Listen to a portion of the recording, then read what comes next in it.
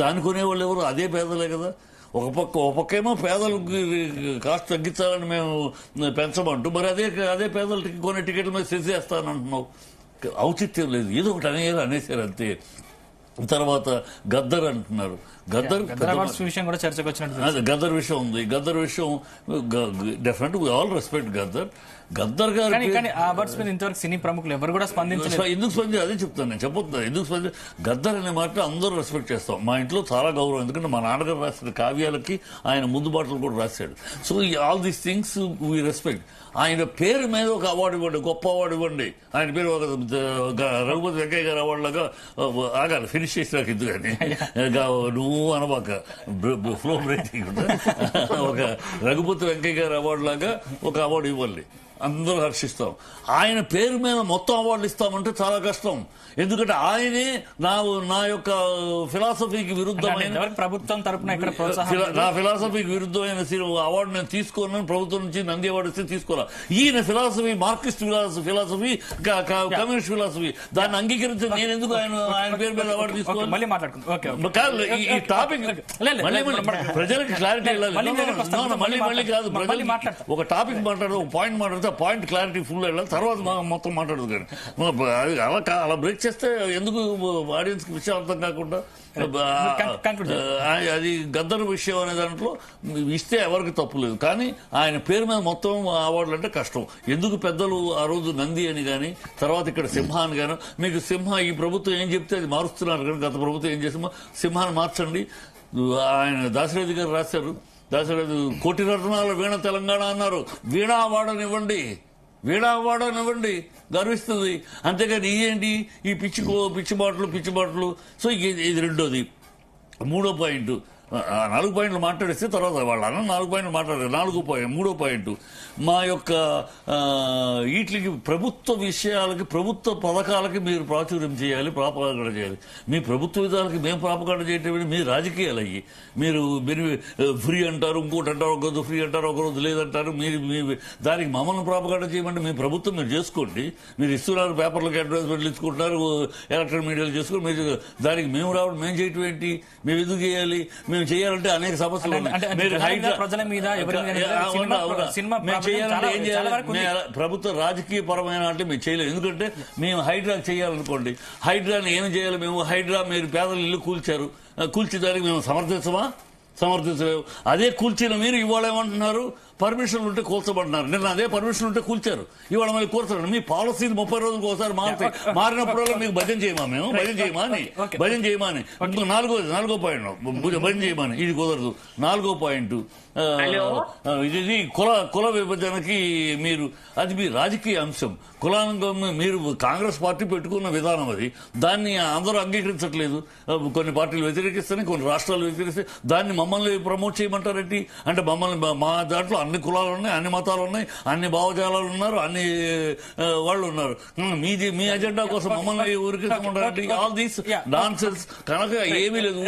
అక్కడ విషయం ఏంటంటే ఒక ఫైనల్ విషయం ఏంటంటే, ఫైనల్ గా మా వాళ్ళేమో ఇట్లా వస్తే, వీళ్ళేమో జరిగిన ఉపద్రవం నుంచి జరిగిన బ్యాడ్ నేమ్ వచ్చేసింది ప్రభుత్వానికి.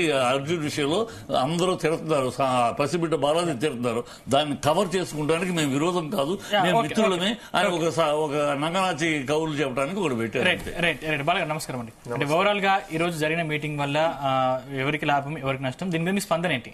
నిన్ననే మనం చర్చించుకున్నప్పుడు అసలు మీటింగ్ ఆబ్జెక్ట్ ఏంటి అని అడిగాను, గుర్తుందా మీకు?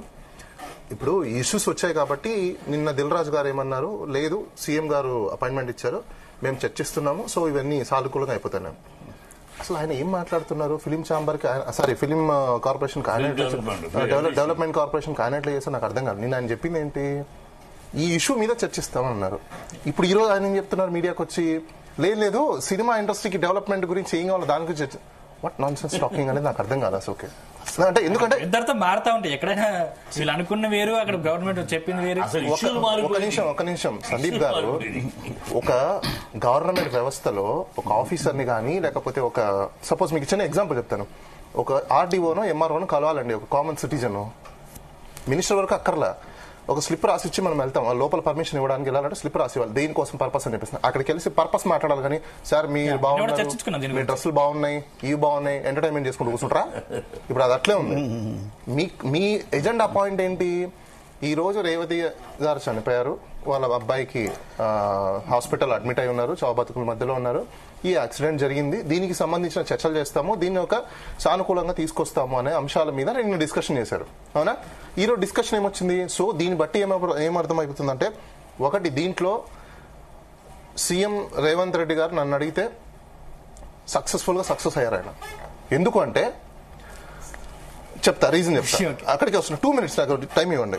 ఎందుకంటే సినిమా వాళ్ళని మీరు ఎంత అని ప్రూవ్ చేశారు. ఎందుకంటే గతంలో సినిమా వాళ్ళు 2019 to 2024 రెజిమ్లో ఆంధ్రప్రదేశ్లో ఇదే ఇట్లాంటివి జరిగినప్పుడు చేతులు కట్టుకొని నిలబడతారా అని చెప్పిన ఈ డిప్యూటీ సీఎం పవన్ కళ్యాణ్ గారు ఏదైతే ఆంధ్రప్రదేశ్లో ఈ రోజు ఉన్నారో ఒక్క మాట కూడా మాట్లాడకపోయే ఈ రోజు చేతులు కట్టుకొని మిగతా వాళ్ళని చేతులు కట్టుకోవాల్సి వస్తుందని చెప్పేసి చిరంజీవి గారు కానీ లేకపోతే బాలయ్యబాబు గారు కానీ మిగతా వాళ్ళు ఎందుకు రాలేదో తెలుసా మీకు?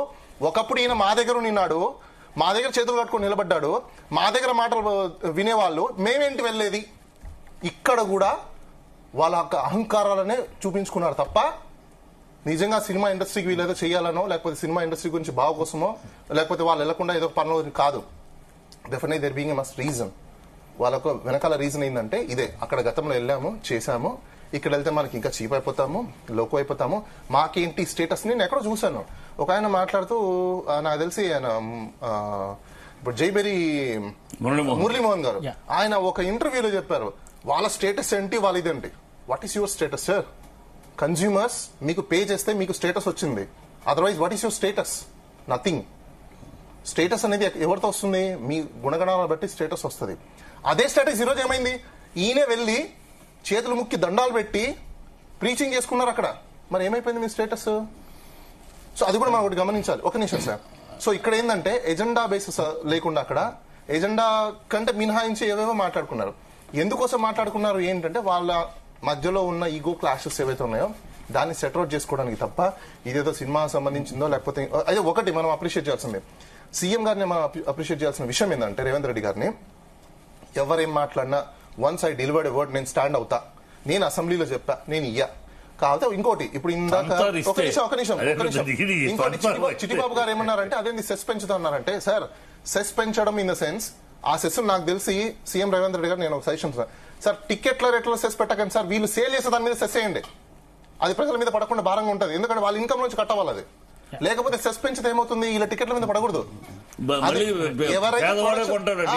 టికెట్ల మీద పడకుండా సెస్ అనేది ఏదైతే ఉందో ప్రొడక్షన్ అయిన తర్వాత వీళ్ళు కాస్ట్ ఆఫ్ ప్రొడక్షన్ చూపిస్తారు చూసారా, దాని మీద సెస్ వేయండి, సేల్ మీద సెస్ వేయండి, అప్పుడు కరెక్ట్ ఉంటుంది వీళ్ళకి.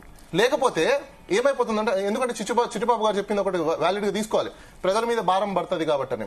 అయితే ఇక్కడ సీఎం రేవంత్ రెడ్డి గారు తీసుకున్న స్టాండ్ ఏదైతే ఉందో ఈ రోజు నిజంగా చెప్పాలంటే సినిమా వాళ్ళ నథింగ్. మీరు హీరోలు ఓన్లీ ఫిలిం తీసిన తర్వాత స్క్రీన్ మీద మాత్రమే, రియల్ లైఫ్ లో యూఆర్ జీరో అనేది ఆయన ప్రూవ్ చేశాడు. ఈ రోజు ప్రజలందరూ నేను అలాంటి అబద్ధాల కోరలేడు, అసెంబ్లీలో అబద్ధాలు మాట్లాడి మాట్లాడింది ఒకటి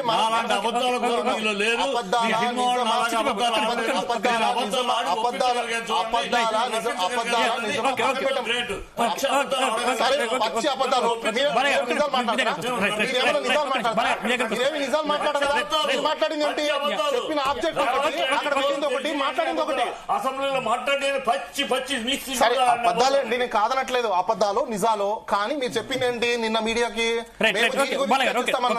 ఈ రోజు మీరు చేసిందేంటి? మరి మీరు అబద్ధాలు కదా?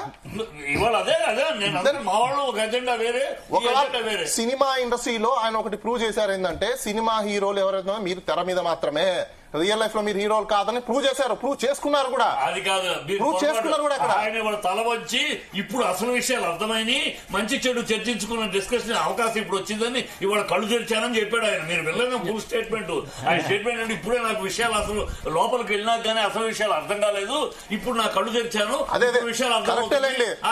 ఇన్కమ్ ట్యాక్స్ వాళ్ళు ఎవరు రైట్ చేయరు, జిఎస్టీ వాళ్ళు ఎవరు రైట్ చేయరు, మీరు మాత్రం బడ్జెట్, మీరు మాత్రం వెబ్సైట్లలో కోట్ల whatever it may be. Owaisi సంఖలో చేరతారు. ఎవరు- ఓవైసీ కాంట్రవర్సీ. ఈ దేశంలో చిట్టిబాబు, ఓవైసీ చిట్టిబాబు, ఎందుకు? రైట్, రైట్, వాడి చిట్టిబాబు, మీద ఒక్క నిమిషం, ఒక్క నిమిషం, రైట్, ఓవైసీ రైట్. ఏదో పేదల దగ్గర నుంచి Yeah, right, మాత్రము తీసుకుంటారు. హిందువులను చంపేస్తాను ఒక ఓకే, 24 గంటలు ఓకే. పోలీసులు ఎందుకు చంపుతారు సార్? వాడు అన్నాడు చిట్టిబాబు, కదా, ఓకే, వాడు ఒక్క నిమిషం, అన్నాడు ఒక్క కదా. నిమిషం, ఒక్క నిమిషం, ఎందుకు చిట్టిబాబు. ఎవరైనా? రైట్, రైట్, కాదు, రైట్, మీ- రైట్, మీ- రైట్. మీ భారతదేశంలో ఓకే, మీ భారతదేశంలో ఓకే, మా తాతలు రైట్, రైట్. ముత్తాతలు నారాయణ రాజు గారు నమస్కారం అండి. అన్నలు ఉన్నారు. ఓవరాల్ గా ఇదే భారత- రైట్, ఇదే రైట్. భారత- నేను మళ్ళీ మీతో మాట్లాడతాను.